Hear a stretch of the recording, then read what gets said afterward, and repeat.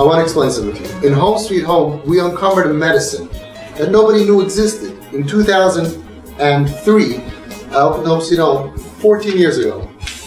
And we had no idea that they're going to be from. We had no idea they're going to go clean. And mamish, within a year, look at these kids. Adayam is that none of them are on the street drug addicts. Okay? Amazing. Why not? And most of them are from, and even the ones that are not from, but they're not haters and they're not, anti. But let's talk about the from ones for a second. How did it happen? Both sides of the aisle were questioning us. The therapist said, how could you go ahead and get kids to quit drugs and never go back? Without AA, without nursing staff, without doctors, without all the stuff, nothing, just us. A bunch of amateurs with no training. How does it happen? All the kids. Nobody went back to drugs. And the from people, they're atheists, they're hating Yiddishkeit. How do you go ahead and make them from without, what was your medicine? We had no Shachris, we had no Mincha, we had no Mariv, we had no learning, we had no Musa Seder, we had no Halacha Seder, we had nothing. Within a few months, almost all of them, you look at the graduations. They graduated hats, jackets from Shabbat Mitzvahs Adayin. The ones that got married, all married from. Everyone that got married, Api, Mamish, regular from wedding. All their wives are wearing sheitlach. I don't mind modern. I'll be happy with Shabbos. Sheitlach, really from. How did it happen? So let's go back. This was my training, right? We uncovered something that we didn't expect because nobody ever tried this before. We gave them tremendous fun. Yeah, we gave them acceptance, we gave them love, all of that. But we had a program. The program was every night you're going out with a bunch of guys to have fun. You have to go. It was the rule. Very tough. We had a tough place. You must go. And I would have these really rebellious kids who busted through schools and out of their house. Machal Shabbos B'Fasya. A lot of them were really angry rebels. And these tough kids are telling me, I don't want to go shoot pool tonight. I don't want to go bowling. And I would be like, oh, Faye, you tough street kid. Oh, last year you were homeless.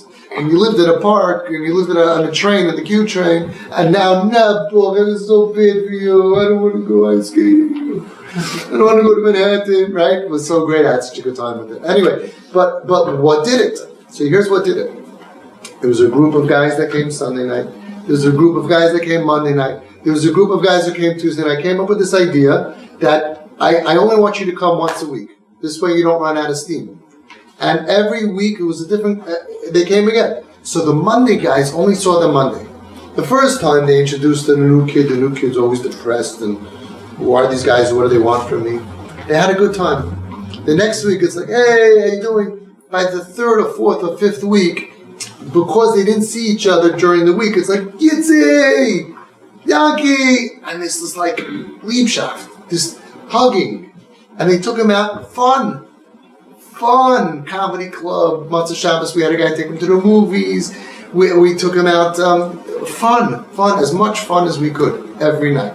Bowling, we had a chill out guy, we had one Chassidish volunteer, Shulam is the best, Thursday night, just chilled, and they realized nobody was judging them, we had good food for them, but we gave them, I know as parents you can't do this because you don't have a whole staff, but we realized that access to the child is step number one. Then spend as much time. If you spent 100% of the year with your kid, they're from in a year, but you can't. But how much could you? 10%, 20%, 40% between you and your wife, right? And your brothers and your uncles and your aunts and the nephews. We want all of their time to be with us. When they're with us, I always used to tell the Home Sweet Home volunteers, as bad as they behave when they're with us, calling at the girls on the street, cursing, and then being inappropriate, as bad as they are when they're with us, that's the best they are when they're not with us, when they're with their friends. It goes straight down. Better they should be with us, right? This is Mamish with Grace Rahmanis. So they cursed a little bit, whatever. After a few months, the hashpah, the influence of being around normal people, regular people. None of us were amazing. And Reb Chaim Kanievsky wasn't one of the volunteers. Regular, normal people that have a wife and kids. No learning, no talking about Yiddishkeit. We get it. You're not through, you're not, no problem. Let's bond. Let's have fun. That hashpah, mamish. And the guys would tell me, because I didn't see it, I saw them pretty often. I didn't notice, like watching hair grow, you don't really notice it. These guys would say, and they testified, we only see them from week to week. We mamish see the change. You mamish see the growth from week to week. So what was the secret? Yes, we accepted them. And yeah, it's also true, by the way, it's not for now. We had rules. I'm not their parent. I only took kids who were ready for rules. The rules were rules that they wrote. I wrote with them, common goals. I picked the right kids at the right time. You can't do that. Different discussion. But Lamaisa, what was the medicine? What made them want to be frum? I had a kid who came in, a Monroe boy, and he was the king of the street. Everybody knew this kid. Such great personality. He knows who he is. Great personality.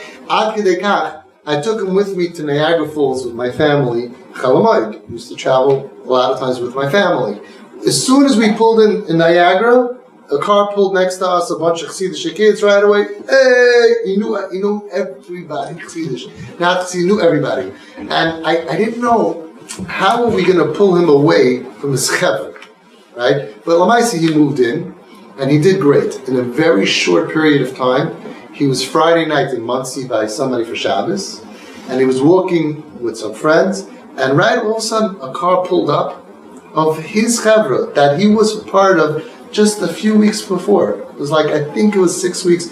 I don't remember exactly. It was a very short period of time.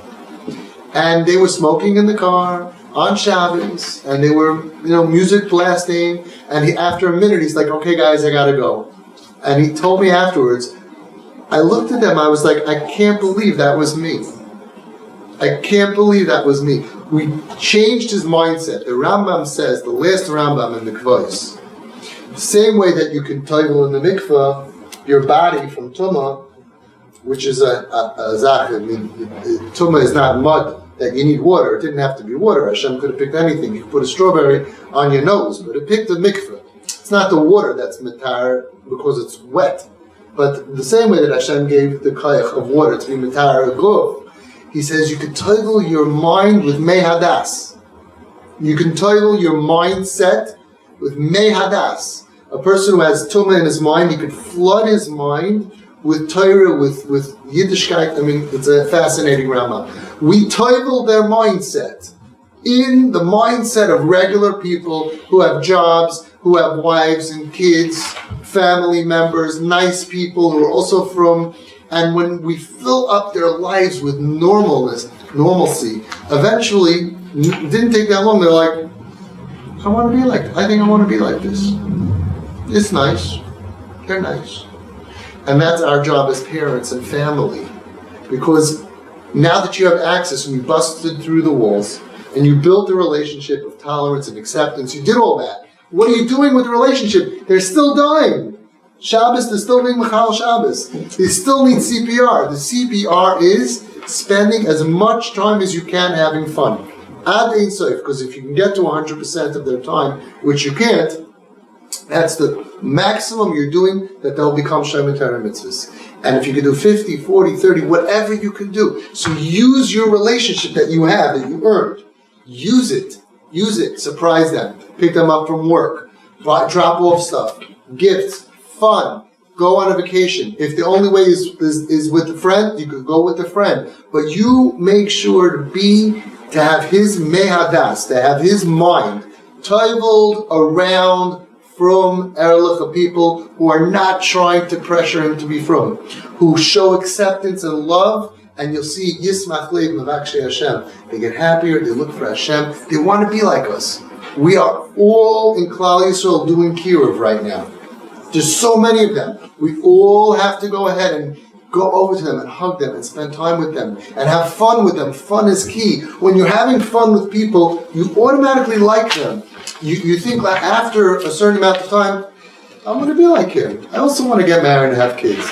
And that's the best way to be mashpia on them. But it means figuring out in each case, where's the hole in the wall here? Where am I going to find the way that I can get through to this kid?